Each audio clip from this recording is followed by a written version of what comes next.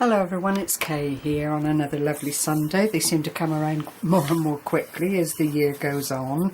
I'm here with my camera book and today bringing you more projects for the DWP 100 Things Challenge.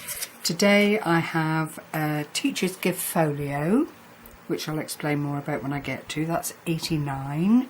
90 is an altered glass jar, and 91 are altered playing cards. So I am on the homeward straight, and I do feel it's time, without being ungrateful or, you know, it's quite a thing to do 100 things, I promise you.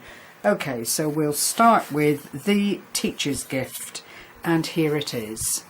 Now this I've robbed unashamedly, and I will leave a link under the video to Scrapbooking with E, who is Edith on YouTube. Lovely, lovely lady, and she makes quite a few of this kind of project, and I just adore making this kind of thing, so it's never an issue to watch the tutorial through and go forward. Whether I were doing the challenge or not, I would have made this project, let me put it that way. And it is lovely. It can either be for personal use or to give in a rack or as a teacher's appreciation gift, you know, anything you care to mention. It's a lovely little storage folio, and I've just put a sentiment on the front, used a little bit of what is ribbon washi tape as opposed to the tape, but it works in the same way. A rolled rose, some foliage, and just the ordinary designer paper, which I got from a 12 by 12 sheet. I did need to step very gently into a second sheet of it, and you'll see why when we get inside. But the tutorial from E is very, very good. I thought I broke my ribbon then, but this is hidden in the workings of the cover, and it's what keeps the folio closed. So you open it up and there's a plain page here, and then you get into the body of the folio. There are 3 pockets here. I've put on just a plain paper clip, and the pockets themselves, if I find something I can pop into the pockets, as you'll see, there's the top one is really, really quite deep. Then the middle one is again quite deep, and then the third one, you can see the depth of that. But all in all, they will hold a lot of papers or flat functional things that you might want to keep hold of, or other little bits and pieces. Obviously you could have a bulldog on this side just to clip bits and pieces to it if you wanted to. I've put a pen into the middle pocket here, and then covered a small notebook that you can just utilise to put little memos in, and oops, stuck very lovely there. Let's get that one out and I'll stick that down. But it's just a little memo jotter for putting things into, and then there's a more significant jotter underneath that. And this is just plain papers, but ideal again for making little notations and that kind of thing. And I've used the same DSP designer paper throughout because I like things to be nicely coordinated. Even the pen with a stretch does actually fit in. There's blue in the dotty bits on the pen. And then I've just picked up a little bit more of the washi tape ribbon, and it's just added to the overall. And just on the front of the book, adventure awaits you. Well, with every day something new occurs in the world, so it's nice to keep that sentiment firmly in mind. So that is the Teacher's Folio. E does a wonderful, wonderful tutorial. It's not expensive to put together from a materials point of view.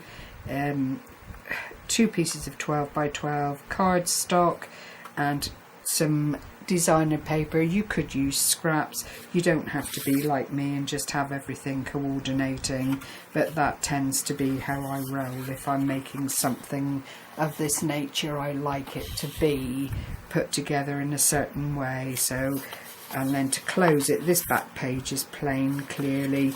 You can't really overdo it, because if you did, it wouldn't hold. And I've probably got my elasticated ribbon a wee bit on the tight side there, but I didn't want it to flap about, and in doing that it keeps it nicely together. So that is number 89. Number 90 is an altered glass jar, and I'm really very pleased with how this has come out. I've just taken, I think it might have been a jam jar, but don't quote me, I can't remember now.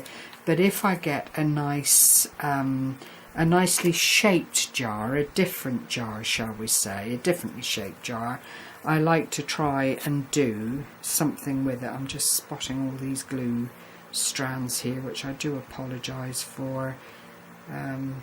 You think you've got them all, and then in certain lights it's picked up again. And all I've done is used a range of trims to pretty it up. If I start with the top here, to cover the unsightly jar lid, if I take the lid off, which I can do, and it's just one of the bog standard metal lids. All I've done is put this very lightly dingle-dangled lace trim, and it's actually butterflies. If I go in a little bit here, if I can. Okay, and then in between each of the butterflies I've just put a paper flower. The butterflies also have this little dangle here, as well as the longer dangles that are featured as part of the trim. And then to denote what would be the front of the jar, I've just placed this lovely bronze, quite substantial filigree bow, and then on the top I've used just an ordinary gathered lace trim, a little applique underneath that, and then an ordinary flower. I've left it totally and unashamedly in the way that I purchased the lace. I've not added any colour whatsoever. There's a little bit of green on the top rose there, and that's just the stalk of the rose which I've curled. But the only other thing that offers a little bit of extra prettiness is the fact that there is some little glittery bits in the lace trim, and I'm not even sure if the camera is actually, oh yes, there it is, just gently picking it up. I didn't want anything that was going to be too much coloured, because you know, you never know where something like this may end up. It may end up in a room that doesn't require a lot of colour in it. And then what I've done on the body of the jar is just taken some of this flat back square trim, as you can see. I then put a much thinner collar underneath that and down to the more fuller of the lace trim that I've used. I am sorry, I'm still picking out glue strands here. And then just to add a little bit of something to the lace trim and keep the pearl theme married up, I've just put these lovely little flat back pearls there, which don't detract at all from the overall look of the jar. I did want it to be see-through. I did want it to be very much influenced by whatever goes in it.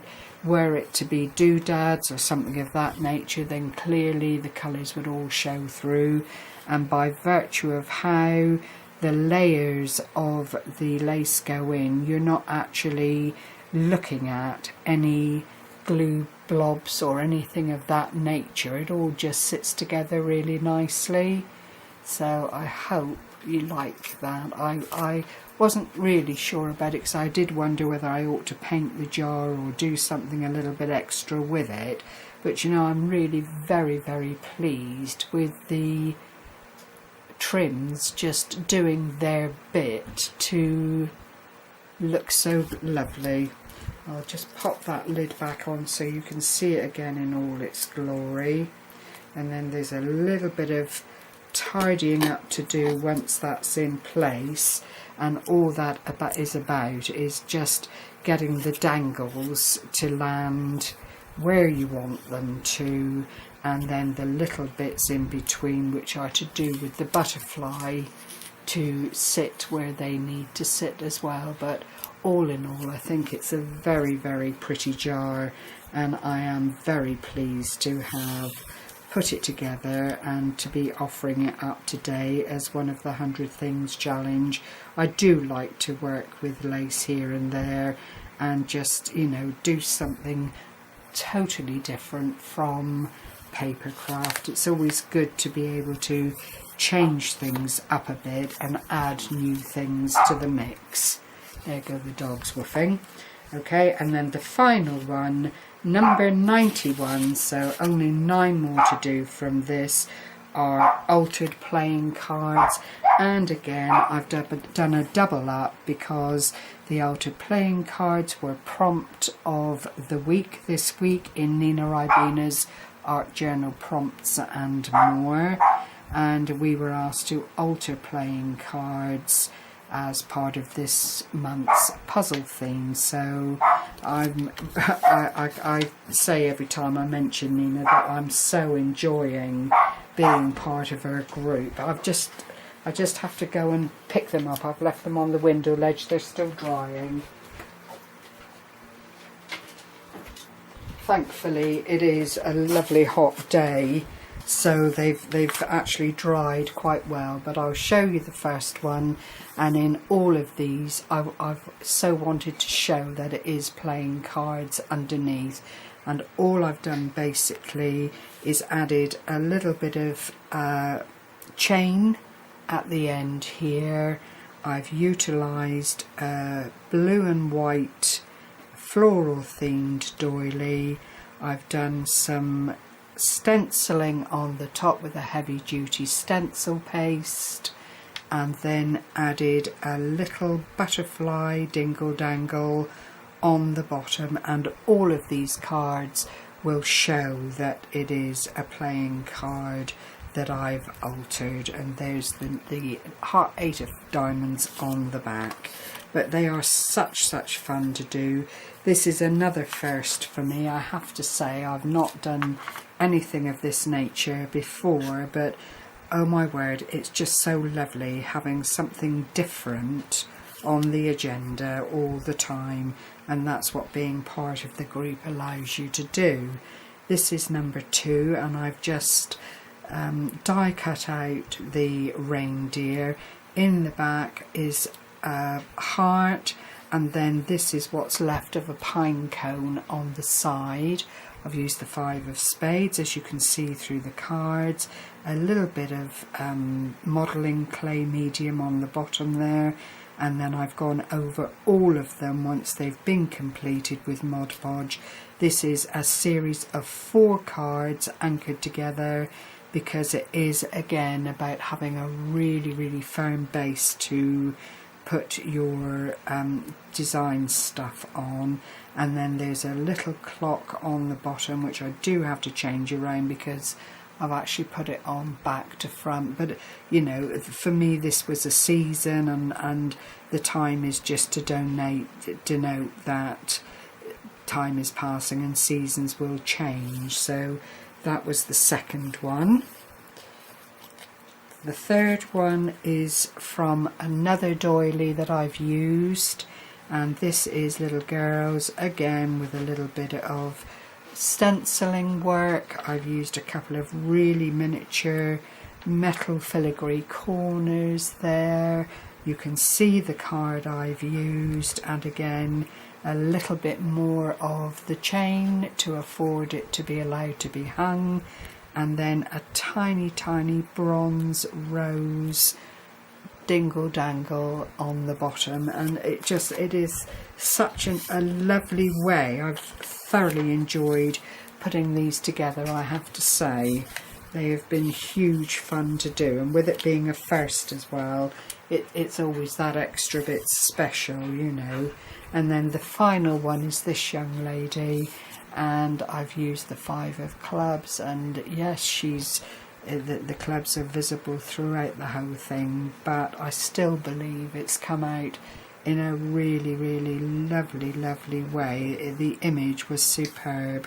I have put a little doily on the bottom here, done a little bit more stenciling with another stencil just to add some texture and interest to the card.